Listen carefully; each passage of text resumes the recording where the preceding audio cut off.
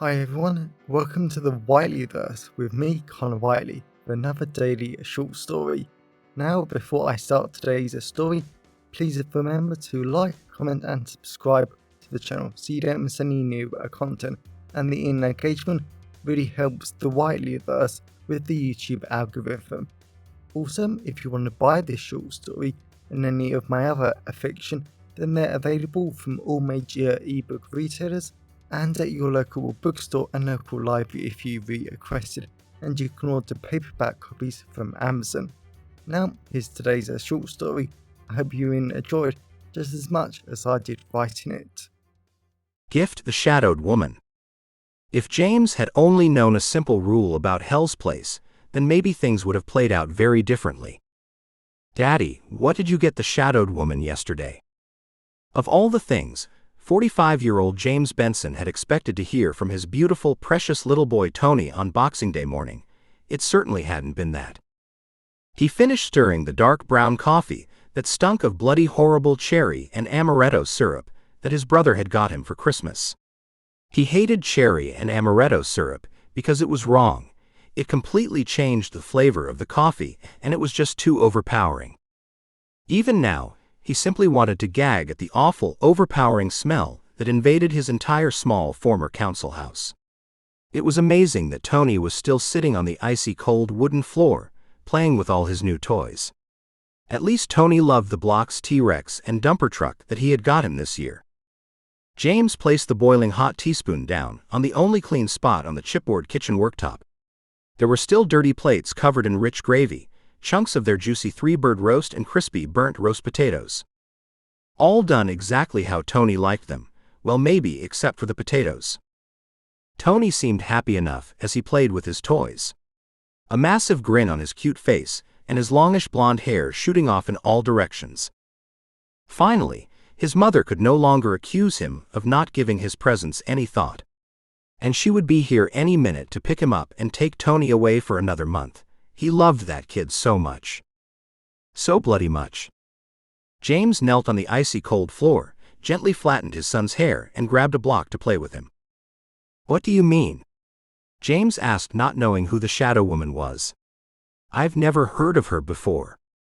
Tony stopped playing with his toys and carefully placed them very neatly in a line to his left, and then he took the block from James's hand and added it to the perfectly neat row. Mummy said you lived here for 3 years.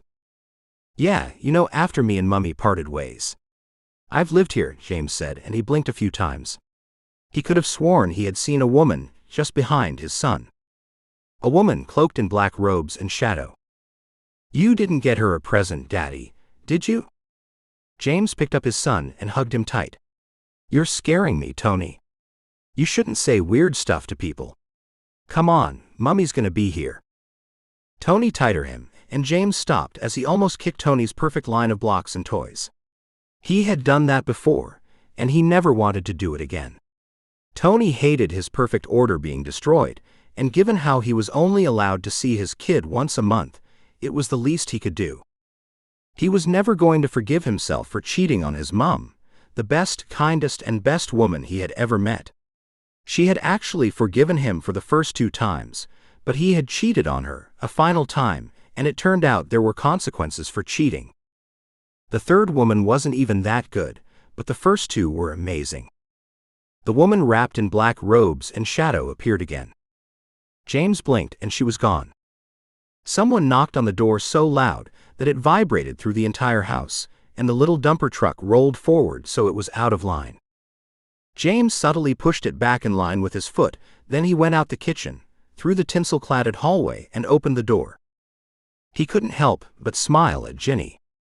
Her long brown lifeful hair was stylishly tied back into a long ponytail with 2 iron sword hairpins.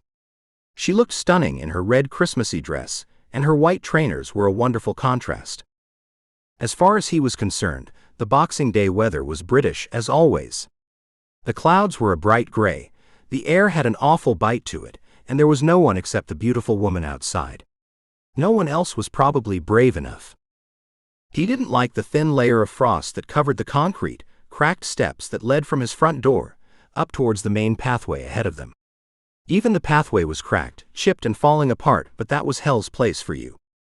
Ginny smiled at him, and James wanted to kiss her so badly. It was even better she was wearing her lightly spiced, rose-scented perfume. The same one she had worn the first time they had ever met. Little did they realize, it was fitting, considering this would be the last time they would ever see each other. "Going to your parents, I see," James said, grinning. "You didn't get the woman in shadows a present, did you?" "Who the hell is this woman in shadows?" James asked. Ginny took Tony from James's arms before he had even managed to kiss his son goodbye. Then she put him down and told Tony to go and get his things, because her and Daddy needed to have an adult talk. "What was that for?" James asked. "You always were a fool. Do you not read the news, folklore, and traditions of Hell's Place? I warned you that coming here was a massive mistake, but you never listened to me." James rolled his eyes. He had heard this so many times from his damn ex-wife. She was crazy, he was sure of it. This was why he had cheated on her twice, because she was always coming up with crazy ideas about the supernatural, and clearly, Tony was starting to be infected with her ideas. Hell's Place has a tradition that everyone gets Edward Hales's daughter a Christmas present, and they put it by the little shrine, dedicated to her in the center of Hell's Place, she said. James shook his head and smiled at his next-door neighbor, a little elderly lady with short gray hair and wearing black trousers, a black jumper, and glasses. Ginny looked at her. He didn't get the woman in shadows a gift. He couldn't believe how his neighbor just backed away from him and started climbing up the stairs towards the main path as quick as she could, almost like he was going to hurt her. Then the little old lady went down the stairs to each of the other houses, pounded on their doors, and told his neighbors what he had done. Or in this case hadn't done, and they all left him. "Ginny," James said, "what happens because I didn't get her a present?" Ginny laughed and smiled as little Tony came back with his little blue backpack filled with his presents, clothes, and his favorite teddy.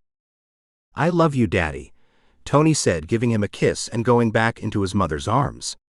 "And Daddy, there's a woman in the living room for you." James just looked at Ginny and she shook her head.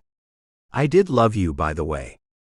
Maybe if you didn't cheat on us, things would have been very different." James was about to say something when he felt the carpet pull him backwards and the thin white door slammed shut. "I'm not coming in," James said. A very quiet, almost silent laugh echoed all around the house, and as much as he didn't want to, he felt drawn towards the living room. His feet moved him closer through the tinsel-cladded hallway, and even the tinsel seemed darker than yesterday. The reds, greens, and metallic blues weren't as bright, dazzling, and amazing as yesterday. In fact, everything in the house seemed darker, sicker, and closer to death, like him. James went into the living room, and all his Christmas lights were dimmer. The rows upon rows of red, blue, and golden fairy lights were flashing slowly, and their colors were weird. The green was no longer vivid and seductive, it was more repulsive and sickly green. The large Christmas tree he had spent 3 days decorating for the 12 hours he had with Tony was broken. Large plastic branches hung off the trunk like it was actually a dead tree. The green had been bleached out of the material, and then he noticed her. She looked tall and extremely thin as she sat on his smoldering red sofas. Wrapped in black robes and shadows, and James wanted to be sick, but he couldn't. The woman in shadows looked at him, and he felt like she was smiling, but he didn't know her. He didn't know why she was here, and he really hoped she wasn't going to kill him. "I don't need presents from everyone," the woman in shadows said. "My name is actually Penelope Hales, and you, well, I do need a present from you." "Why?" James asked. "Why am I so special that you need a present from me and not others?" Penelope stood up so tall that her black-wrapped head hit the ceiling. "I need a present from you because, well, you are not a good man.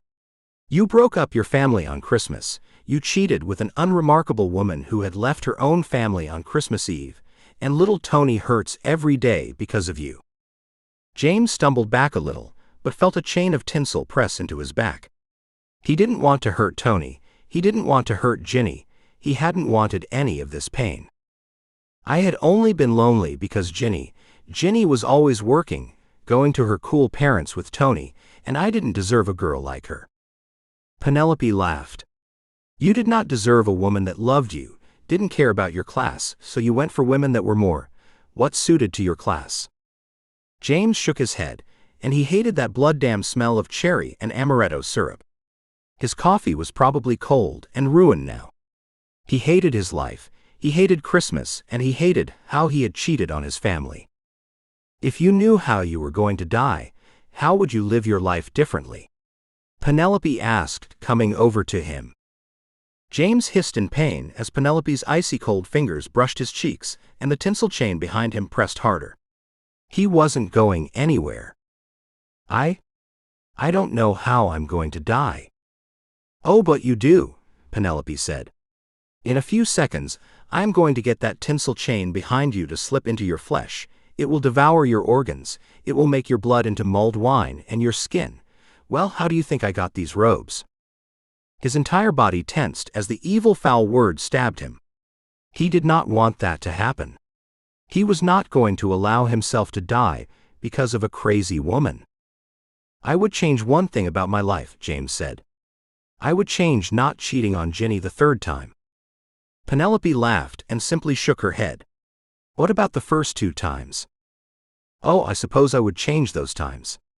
Sure, they were fun and those 2 women were sensational, but yeah, I guess Ginny is great." Penelope shook her head and clicked her fingers. "Wrong answer. I gave you the chance to fix everything you have ever done to Ginny. All the hurt, all the pain, all the suffering. Now I want you to see how happy they are without you." James screamed as he felt the tinsel chain slip into him. A year later, James shivered as he sat down on his thin, wet, soaked piece of cardboard under a bridge with his small tin can empty of coins, cash, and notes in front of him. The Boxing Day weather was just as good as always, with the clouds being a bright gray, the air having a terrible bite to it, and there was no one about.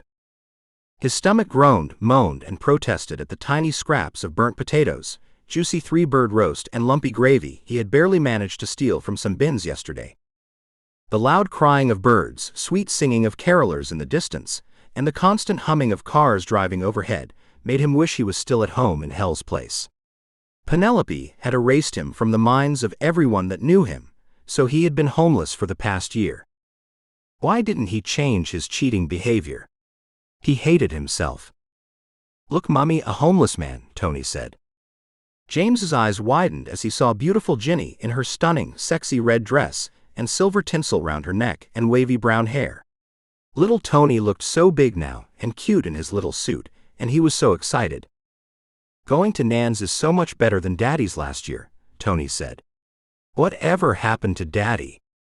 Ginny smiled at him as she went by, but he knew all her expressions. Her smile was because she was the kindest, most beautiful, and best woman he had ever met. There was no recognition behind those sweet eyes. "Merry Christmas," she said. "There's a homeless kitchen 3 blocks away, and they have room if you need it." "Sorry, I don't have any cash on me." "Merry Christmas and thank you, you're very kind," James said. Ginny simply nodded. That was just like her, always modest. Then she looked at Tony. "I don't know really. Daddy just sort of disappeared a few years ago. I know you went there for a few hours Boxing Day, but I don't know. Daddy simply disappeared, and I'm happy about that." "I'm happy too, Mummy. Let's go and have the best day of our lives." James's eyes turned damp as he realized everything he had done. His family were fine without him. In fact, they seemed delighted he was no longer about. "That is the cost of you never getting me a present," Penelope said, her voice echoing all around the tunnel, but Ginny and Tony never noticed. "I'm sorry," James said quietly, but he knew that the time for sorry was over long ago. He had cheated on his wife at Christmas, he had destroyed their family, and he had hurt everyone who ever loved him. And now they were better off without him, and he was doomed to spend every single Christmas cold, wet, and truly alone. And that was exactly what happened to everyone who didn't get a gift for the shadowed woman. Welcome back everyone, it's me again, Connor Whiteley. So I really hope that you enjoyed today's story, because I flat out love writing, creating stories and sharing them with you. If you enjoyed today's story, then please remember to like, comment and subscribe to the channel so you don't miss any new content, and the engagement really helps the Whiteleyverse with the YouTube algorithms. And if you want to buy this short story or any of my other fiction, then they're available from all major ebook retailers, and you can get them from your local library if you requested, and you can order the paperback copies from Amazon, your local bookstore or local library if you request it. Lastly, if you want to support the channel on a one-off basis, then you can now buy me a coffee at buymeacoffee.com/ConnorWhiteley. Also, if you know anyone who would enjoy today's story, then please share it with them. I'm always really grateful when you wonderful people help spread the word about the channel. So, thanks for watching the Whiteleyverse, and I'll see you again soon. Have a great day, everyone.